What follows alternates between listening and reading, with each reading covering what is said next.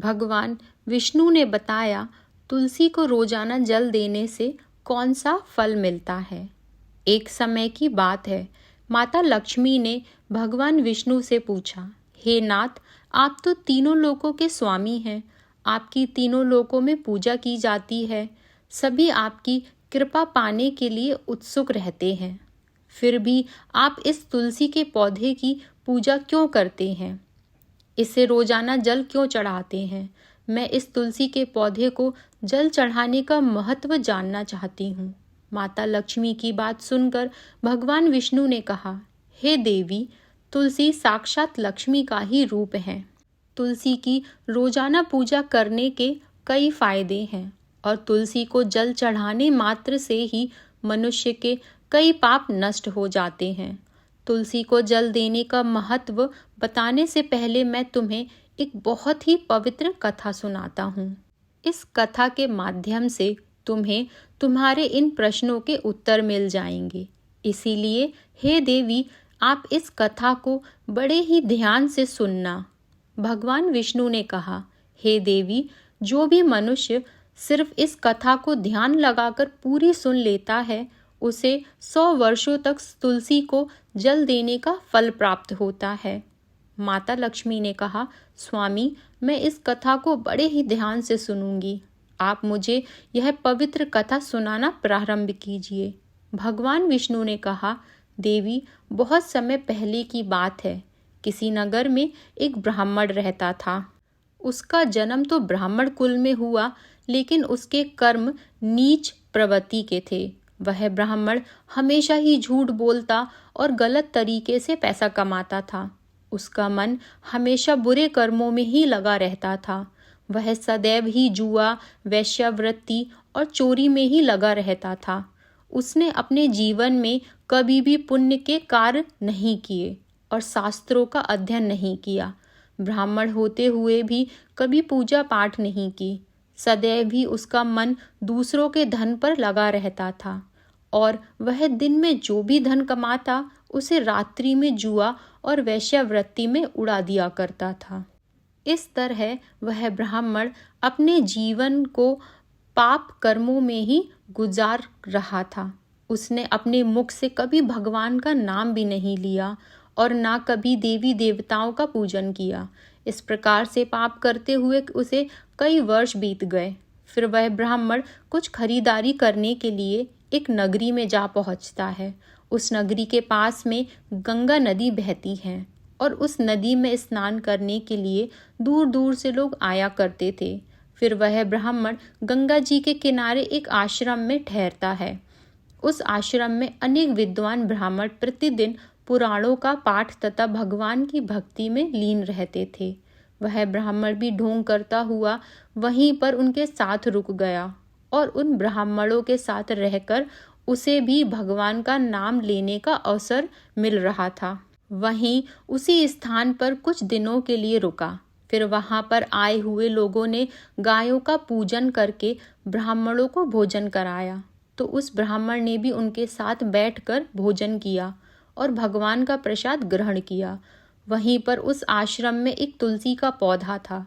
वह ब्राह्मण जाने अनजाने में उस तुलसी के पौधे में पानी डालता था।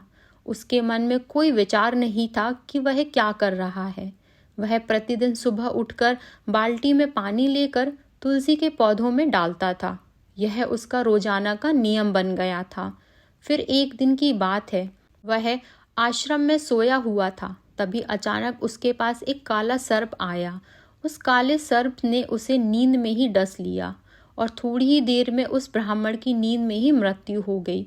और जब सुबह दूसरे ब्राह्मणों ने उसे इस अवस्था में देखा तो उन्होंने उसके मुख में तुलसी पत्र और तुलसी का जल डाल दिया। फिर उन ब्राह्मणों को पता चला कि उसकी तो मृत्यु हो चुकी है। तब वहां पर यमदूत आते हैं और उस ब्राह्मण को पकड़कर यमलोक ले जाने लगते हैं। रास्ते में जाते हुए वह ब्राह्मण विलाप करने लगा और यमदूतों से कहने लगता है, हे यमदूतों, मुझे कहाँ ले जा रहे हो? मेरी मृत्यु किस कारण से हुई है? तब यमदूत कहने लगे, हे ब्राह्मण, तुमने जन्म से लेकर मृत्यु तक बहुत पाप कर्म किए हैं। तुम्हारे पापों के कारण ही तुम्हें एक काले सर्प ने काटा और जिसकी वजह से तुम्हारी मृत्यु हुई है। अब हम तुम्हें यमपुरी लेकर जा रहे हैं। वहां पर यमराज तुम्हारे पाप कर्मों का लेखा जोखा देखेंगे और निश्चित ही तुम्हें घोर नरक में डालेंगे। फिर वह ब्राह्मण फूट फूट कर रोने लगा और उन यमदूतों से माफी मांगने लगा, किंतु यमदूतों को उस पर जरा सी भी दया नहीं आई और वे उसे मारते हुए यमलोक लेकर गए। जब यमदूत उस ब्राह्मण को लेकर यमराज के सामने उपस्थित हुए तो यमराज के पास बैठे हुए चित्रगुप्त ने उस ब्राह्मण के कर्मों का लेखा जोखा निकाला और यमराज से कहने लगे, हे धर्मराज, इस ब्राह्मण ने तो अपने पूरे जीवन भर पाप ही पाप किए हैं। इसने इसके जीवन में कभी पुण्य का कार्य नहीं किया है। यह तो घोर पापी है। इसे तो हमेशा के लिए नरक में डाल दिया जाए। फिर यमराज कहते हैं, हे यमदूतों, जीवन भर पाप करने वाले इस ब्राह्मण को उठाकर ले जाओ और इसे नरक में डाल दो। यमराज का आदेश मिलते ही वे यमदूत उस ब्राह्मण को लेकर नरक की तरफ चल दिए और ब्राह्मण को पीटते हुए नरक में ले गए। वहां ले जाकर उसे खौलते हुए तेल की कड़ाही में डाल दिया। परंतु जैसे ही उस ब्राह्मण को खौलते हुए तेल की कड़ाही में डाला तो वह तेल एकदम से ठंडा और शीतल हो गया। इस घटना को देखकर उस यमदूत को बड़ा ही आश्चर्य हुआ। ऐसा उसके साथ पहले कभी नहीं हुआ था। उस यमदूत ने कितने ही पापियों को उस तेल की कड़ाही में डाला था और वे सभी उस तेल में गिरकर छटपटाने लगते थे। लेकिन जैसे ही वह ब्राह्मण गरम तेल की कड़ाही में गिरा तो वह तेल अचानक से शांत और शीतल हो गया। इस आश्चर्यजनक घटना को देखकर वह यमदूत जल्दी से दौड़ता हुआ यमराज के पास पहुंचा। यमदूत को देखकर यमराज ने कहा, हे यमदूत, क्या बात है? तुम इतने घबराए हुए क्यों लग रहे हो? फिर वह यमदूत कहता है, हे धर्मराज, आपने जिस ब्राह्मण को नरक में डालने के लिए कहा था, मैंने जैसे ही उसे खौलते हुए तेल की कड़ाही में डाला तो उस भट्टी की अग्नि बुझ गई और वह खौलता हुआ तेल भी बिल्कुल ठंडा हो गया। फिर यमराज कहते हैं, हे यमदूत, यह तो बड़ी ही विचित्र घटना है। ऐसा तो पहले कभी नहीं हुआ था। यमराज विचार कर ही रहे थे कि तभी वहां पर नारद मुनि प्रकट होते हैं। नारद मुनि को देखकर यमराज अत्यंत प्रसन्न होते हैं और उन्हें प्रणाम करते हैं। यमराज नारद मुनि का स्वागत करते हैं। फिर यमराज नारद मुनि से कहते हैं, मुनिवर, आप उचित समय पर आए हैं। हमने आज और अभी एक अत्यंत पापी ब्राह्मण को नरक में गिराया है, किंतु उसके गिरते ही नरक की अग्नि ठंडी पड़ गई और खौलता हुआ तेल भी शीतल हो गया। तब नारद मुनि ने यमराज से कहा, हे धर्मराज, आपने जिस ब्राह्मण को नरक में डाला है वह नरक में डालने योग्य नहीं है, क्योंकि उस ब्राह्मण के द्वारा अनजाने में ही ऐसा कर्म हुआ है जो नरक का नाश करने वाला है। जो मनुष्य पुण्य कर्म करने वाले लोगों की संगति करता है उसे उनके पुण्यों का भाग जरूर मिलता है। और यह ब्राह्मण तो कई दिनों तक भगवान के भक्तों के साथ रहा है। इस ब्राह्मण ने आश्रम में रहते हुए रोजाना तुलसी में जल डाला है, इसीलिए यह ब्राह्मण बड़ा पुण्यात्मा बन गया और इसके सारे पाप नष्ट हो गए। यह ब्राह्मण अब स्वर्ग लोक में जाने का अधिकारी बन गया है। इस ब्राह्मण ने अनजाने में ही इतना पुण्य कमाया है जो कई जन्मों तक मनुष्य को प्राप्त नहीं होता है। इसीलिए हे धर्मराज, आप इस ब्राह्मण को नरक में ना डालो और इसके पापों के लिए इसे केवल इतना दंड दो कि इसे सभी नरकों का दर्शन कराओ। नारद मुनि की बात सुनकर यमराज बहुत ही खुश होते हैं और उस ब्राह्मण को नरक से निकाल कर लाते हैं और अपने यमदूतों से कहते हैं, हे यमदूतों, इस ब्राह्मण को ले जाओ और संपूर्ण नरकों का दर्शन कराओ। फिर यमदूत उस ब्राह्मण को ले जाते हैं और संपूर्ण नरकों का दर्शन कराते हैं। भगवान विष्णु ने कहा, देवी, इस प्रकार से यमदूत उस ब्राह्मण को संपूर्ण नरकों का दर्शन कराते हैं और उसे यक्षलोक में ले जाते हैं और फिर वह ब्राह्मण एक यक्ष बन जाता है। भगवान विष्णु कहते हैं, हे देवी, वनस्पति नाम तुलसी, मास नाम कार्तिक, तिथि नाम एकादशी। भगवान कहते हैं, हे देवी, वनस्पतियों में मुझे तुलसी प्रिय है, मास में कार्तिक मास और तिथि में एकादशी प्रिय है। इसीलिए जो मनुष्य रोजाना तुलसी की पूजा पाठ करता है और तुलसी को जल देता है, वो मनुष्य मुझे सबसे अधिक प्रिय है। उस मनुष्य की कभी भी दुर्गति नहीं होती है और वह मनुष्य कभी नरक में नहीं गिरता है। जिन घरों में तुलसी का पौधा सदैव ही हरा भरा रहता है, उस घर में सुख, शांति और समृद्धि बनी रहती है। भगवान विष्णु कहते हैं, देवी, मेरी पूजा में और मुझे चढ़ाए जाने वाले भोग में तुलसी के पत्र अवश्य होने चाहिए, क्योंकि तुलसी पत्र के बिना मैं किसी भी प्रकार का भोग स्वीकार नहीं करता हूँ। इसीलिए प्रत्येक घर में तुलसी का पौधा अवश्य होना चाहिए। अगर आपके घर में तुलसी का पौधा है तो सुख, शांति और समृद्धि के लिए तुलसी को चुनरी अवश्य चढ़ानी चाहिए। और हमेशा ध्यान रखें कि तुलसी का पौधा चुनरी के बिना अधूरा होता है। तुलसी केवल एक पौधा ही नहीं, बल्कि वह एक देवी है, मेरी अर्थात विष्णु की पत्नी है। इसीलिए तुलसी को चुनरी अवश्य ही चढ़ानी चाहिए, क्योंकि इससे पति पत्नी में प्रेम और विश्वास बढ़ता है। पति पत्नी का दाम्पत्य जीवन खुशहाल बना रहता है। घर में रहने वाली महिलाएं सदा सुहागन और सौभाग्यशाली रहती हैं। तुलसी का विवाह भी अवश्य कराना चाहिए। इससे मनुष्य के सभी दुखों का अंत होता है और सांसारिक जीवन सुखमय बीतता है। भगवान विष्णु कहते हैं, देवी, तुलसी के पौधे के पास अपने मुख से अपशब्द नहीं बोलने चाहिए। तुलसी के नज़दीक भूल से भी जूते, चप्पल अथवा झाड़ू पोछा नहीं रखना चाहिए, इसे पाप माना जाता है। तुलसी के पौधे के पास जल से भरा हुआ बर्तन भी नहीं रखना चाहिए। तुलसी के पौधे के पास दीपक जलाने के बाद दीपक को वहां से हटा देना चाहिए, क्योंकि तुलसी के नीचे बुझा हुआ दीपक रखना अशुभ माना जाता है। जिस स्थान पर भी तुलसी का पौधा होता है, उस स्थान को हमेशा ही साफ स्वच्छ रखना चाहिए। इसीलिए नियमित रूप से तुलसी के पौधे के पास साफ सफाई का ध्यान रखना चाहिए। तुलसी के पौधे में शिवलिंग और गणेश जी की प्रतिमा नहीं रखनी चाहिए। साथ ही तुलसी के गमले में अन्य किसी भी प्रकार का पौधा भी लगाना अशुभ होता है। तुलसी के पौधे के पास कपड़े भी नहीं सुखाने चाहिए, अन्यथा कपड़ों का गंदा पानी तुलसी के पौधे पर गिर सकता है।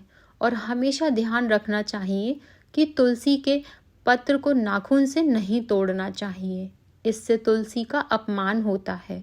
यदि तुलसी के पत्ते सूख कर गिर जाते हैं तो उन्हें कचड़े में नहीं फेंकना चाहिए, क्योंकि वे पत्ते पैरों के नीचे आते हैं, जो अच्छा नहीं होता है।